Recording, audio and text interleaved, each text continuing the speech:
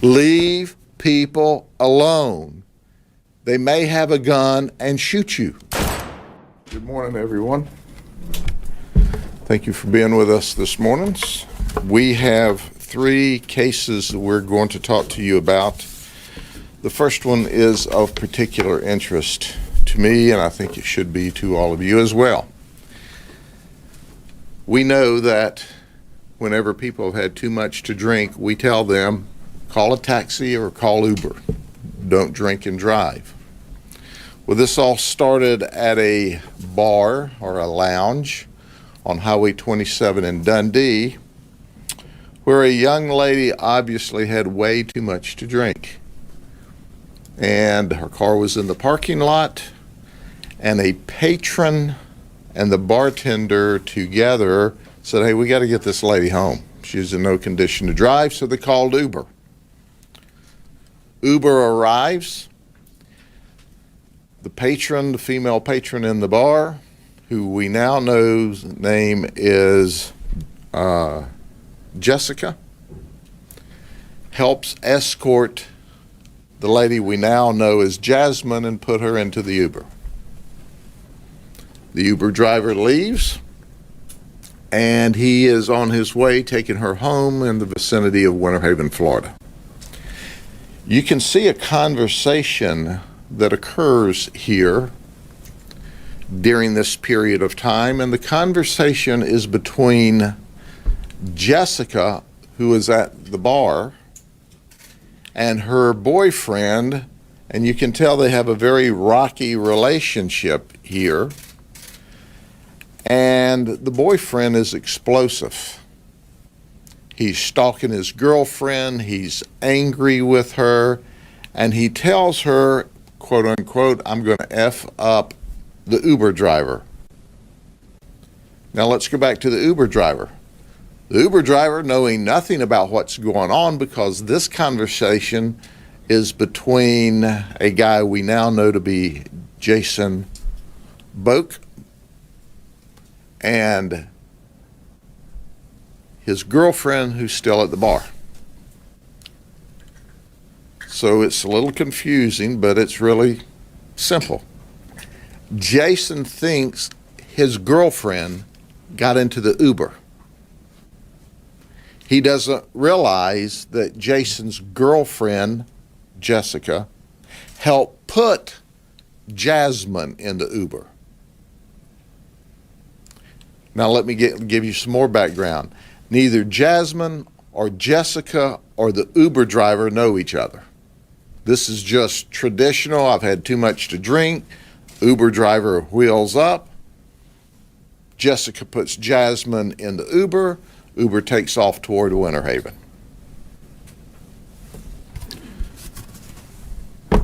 Goofball here,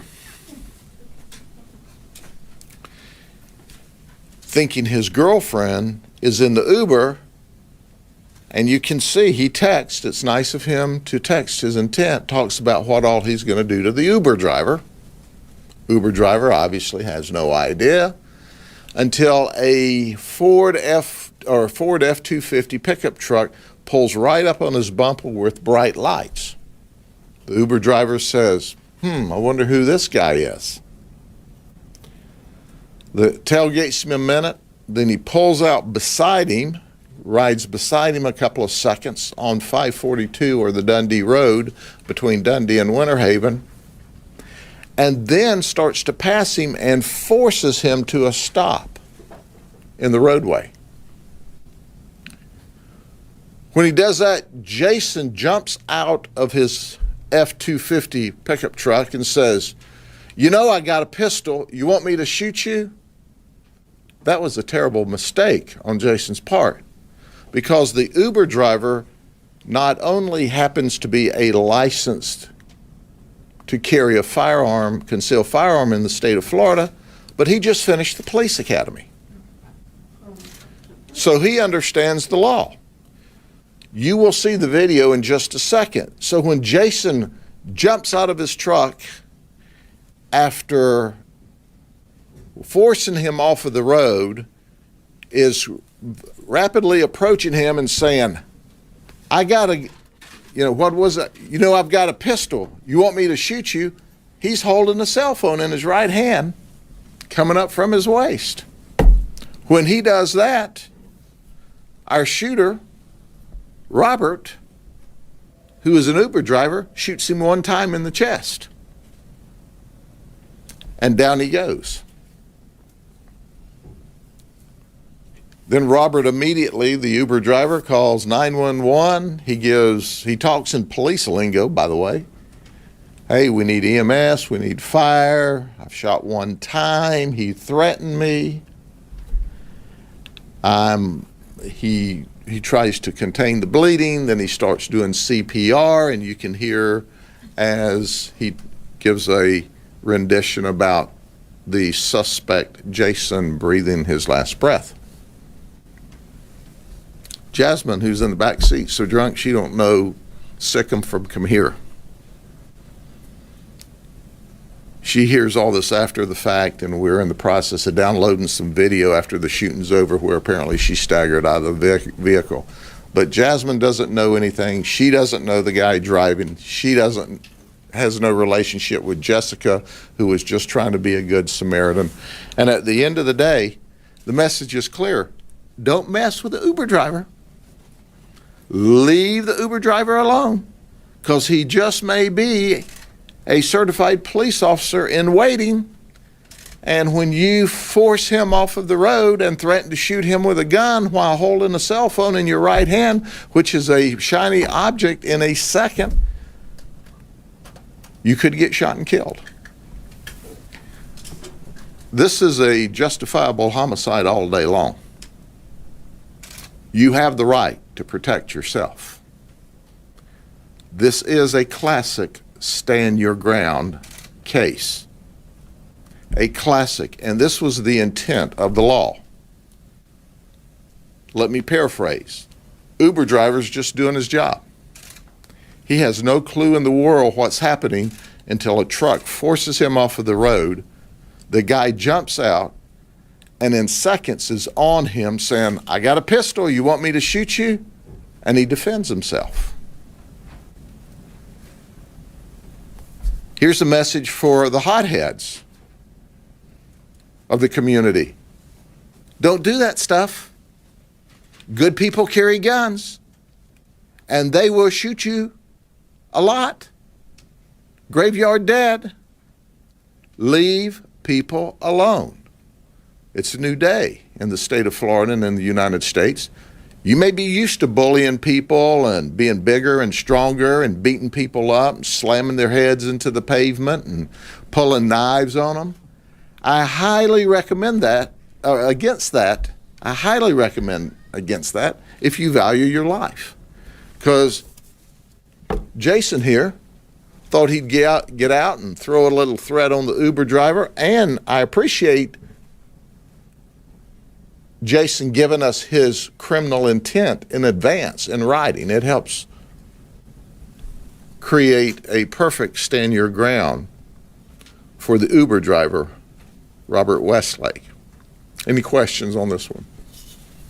Did he actually have a pistol on his person or in the car or at home? We have not found a pistol in the car, but when he got out making those threats, and you'll see, let's look at the video, you'll get a clear, you'll see. If after you have to look at it over and over, but understand the Uber driver is having to react real time, but you'll see how fast it happened, and the fact that he had something in his right hand that Robert, the Uber driver, said after the fact, as I kicked it, thinking I'm kicking a gun out of the way, then I see it's a cell phone.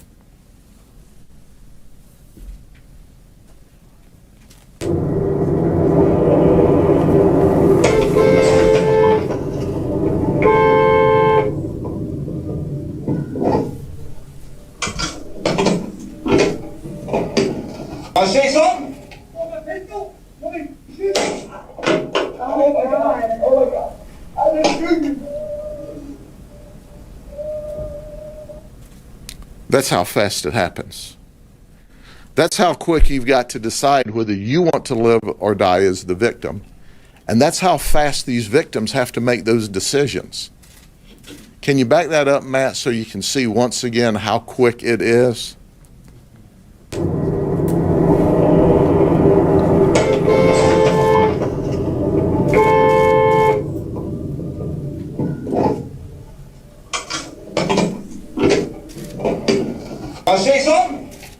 pistol? Let me shoot you.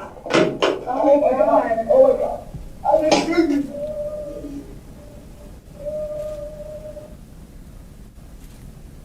Ladies and gentlemen, it goes without saying the Uber driver had a camera in his car.